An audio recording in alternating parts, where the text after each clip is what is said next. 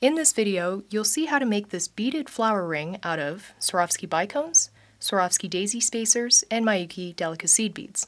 You'll need 6 6mm Swarovski daisy spacers. These are in a crystal vitriol medium color, item number DS6489. I have 6 4mm Swarovski bicones in an Indian pink color, item number AC4289. 6 4mm Swarovski bicones in a crystal color, item number AC4000. And I have a small group of Miyuki Delica Seed Beads in an 11/0 size, item number DB022L in a light brown color.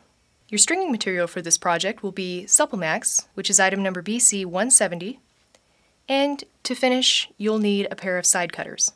To begin, cut a length of 22 to 24 inches of Supplemax cord. With one end of the cord, thread on 6 Delica Seed Beads. With the end of the cord in one hand, pick up the other end of the cord with your other hand and take the end of this cord and go in through the last seed bead that the other side of your cording is coming out of. Pull tight and position this loop so that it's directly in the center of your cording. This is what your loop should look like. Now that we have all of our seed beads threaded onto our cording, if we look at our demo ring, you'll see that these seed beads make up the very center of this flower ring. Our next step is to create each of these beaded petals that surrounds the outside of this flower ring. With your left cord, you'll thread on one color bicone, one Swarovski daisy spacer, and we'll be threading it from the front to the back, one Swarovski crystal bicone, another daisy spacer, this time you'll be threading it from the back to the front, and another Swarovski color bicone. And now that you have these items threaded on, you're going to now pick up the end of your right cording, and you're only going to go in through the color bicone and the last crystal daisy spacer that was threaded on. Now pull tight, and what you have now are the first 2 petals for our flower ring. Now at this point we're going to pick up our right hand cord again, and we're going to go through the very next seed bead off to the right of this color bicone that we just came out of. For the rest of this video, I may still refer to this cording that's always going to be coming out of the top of your ring as the right or the top cording, while as this cord, which will always be coming out of the back side of your ring, I will refer to as the left cord or maybe sometimes the bottom cord. On your left or bottom cord now, you're going to thread on one crystal, one daisy spacer, this time you're threading it from the back to the front, followed by a Swarovski color bicone.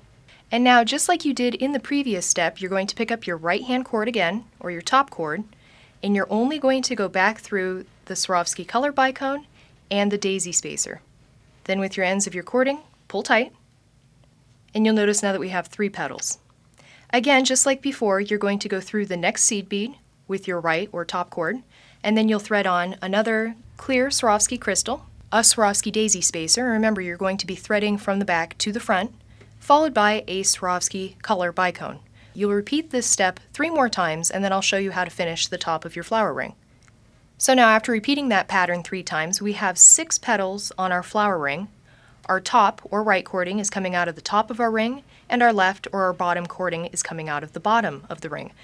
What we have left now is a space between the 2 petals. Over here on the left-hand side is where we started, and over here on the right-hand side is our very last petal segment that we threaded on. What you need to do now is take your right cording, and you're going to go through the very next seed bead in line, so this one right here, which will bring your cording back to the beginning of this flower ring. So just take your cording and go up through that very next seed bead in line, like so. And then you're not done just yet. You're going to take your cording down through the first color bicone and the first crystal daisy spacer that you threaded on. Now by doing that, what winds up happening is both your top and your bottom, or your right and your left cording, are now coming out of the bottom of your flower ring. At this point, you're going to take the very last Swarovski crystal that you have, and it doesn't matter, you can pick up your left hand or your right hand cording at this point, and you're going to thread on the bicone like so.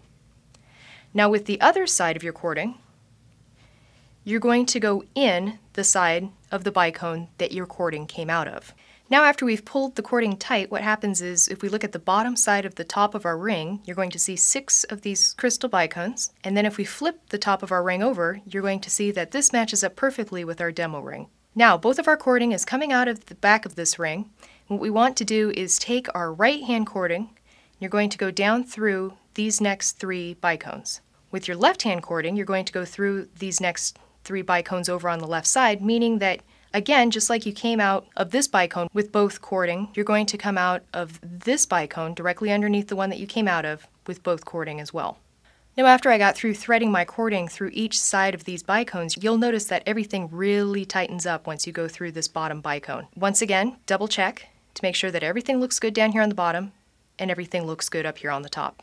Now it's time for us to create the band portion of our ring. For that, we're going to need a couple of seed beads, and at this point, you're also going to want to think about what finger you want to wear this ring on. To start, what I'm going to do is make a couple of loops on my ring band, maybe about 4 or 5, and then I'm going to test it out on my finger to see how many more loops I need to make to create our band. So let me show you how to create this first loop that comes off of our flower ring and begins to create our ring band. With your right cording, you're going to pick up 5 seed beads and allow that to slip all the way down there to your ring.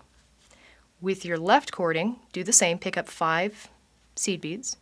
I have the end of my left hand cord here in my left hand.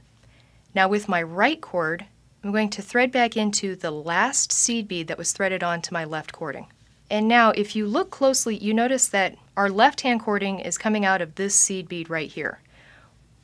What we're going to do is we're going to pick that cording back up and we're going to go through the next seed bead just off here to the right with our left cord. Now with your right cord, pick up 5 more seed beads, and with your left, do the same. So here is my left hand cord, and I'm going to pick up my right hand cord and I'm going to thread into the last seed bead that was threaded on to my left hand cord. Then with my left hand cord, I'm going to thread the end of this cording through the next seed bead off to the right, just like this, and then pull tight. I'm going to repeat the same step again 2 or 3 more times so I get some length added to my ring band before I try it out on my finger. So now that I have a couple of loops done on my ring band, what I'm going to do now is I'm going to test this out on my finger by simply wrapping what I have done around the finger that I want to wear this ring on. Now as I'm holding this on here, I notice that I'm a little bit more than halfway. So I'm going to remove this ring and take a look at this really quick and notice that I have 1, 2, 3, 4, 5, 6 loops on here. So to make things easy, I'm going to attach 2 more loops and then test that out and see how it looks. And if I need to attach another loop, I'm going to do that. Keep in mind though that your last loop is going to be used to attach back to the flower ring. So stop just short of completely going around your entire finger so that you can make this last loop to attach back to the other side of the flower ring. So I've threaded 2 more loops onto my ring band, and I notice now that I am very close to the end. So I'm not going to add another loop, rather what I'm going to do is add that attachment loop like what we did over here on this side of the flower ring. So unlike before, now you're only going to add 4 seed beads onto each cording. The reason for this is that we're going to consider these 2 seed beads that both sides of your cording went through on your last loop as the first seed beads that make up this attachment loop that will go back to the top of your flower ring. So thread 4 seed beads, like I said, onto each half of the cording. Allow those seed beads to go all the way to the band. I'm going to take my right cording and I'm going to go through this bicone up here at the top from the right and exit through the left. Now I'm going to pick up my left cord. I'm going to go through this same bicone that I just beaded through with my right cord, except this time I'm going to take my left cord and go in from the left and exit the right. Pull tight so that you remove any slack from your band, and then this is what you're left with. Now all that we have left to do is to secure this cording that's exiting through this bicone. Because there's so much cording going through all of these bottom crystals, the trick to this is to take your right cording and go through 4 of these crystal bicones, meaning that you'll exit over here on the left-hand side. With your left cording, you're only going to go through this next bicone off to the left. Now I have both cording coming out of the left side of the back of my ring. Now just to make sure that everything is nice and tight and nothing has loosened up since I was running my cording through all of those bicones on the back, I'm going to give both sides of my cording a nice tug. This is going to once and for all remove all slack from the band or removed any slack that may have occurred back here on the back of the ring. So now we've come to our last step. Take each half of your cording and make a surgeon's knot with the remaining cord.